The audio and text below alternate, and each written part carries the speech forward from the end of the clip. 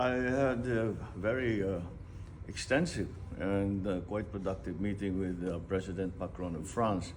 And of course, we discussed some of the regional issues that are impacting upon the economy and the worries that we have for the future and the partnerships that are developing between even far-off places, what we used to regard as far-off places like France and the Philippines. And so we essentially focused on three items. We talked about agriculture, because I always bring up the subject to see how we can get assistance from anywhere, from anyone. Second, we talked about energy, because France is a leading proponent of nuclear energy, and their experience is quite extensive. And should we go ahead with partnership with France on nuclear energy, I'm very confident that it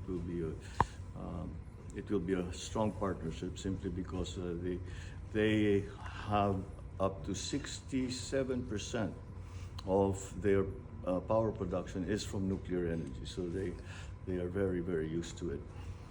The last area that we talked about was defense. And again, this points out the interconnectivity of not only the global economy, but even political structures around the world, that France would be involving itself in defense issues in the region. So their increased involvement in exercises, their increased presence in the Asia-Pacific region, and all of that. So these are areas, the three basic areas that we considered that partnerships could be explored. He also was kind enough to invite me to visit France when the time comes. So did you invite him to the Philippines? But of course, every leader I met, who even those I had already invited, I invited again.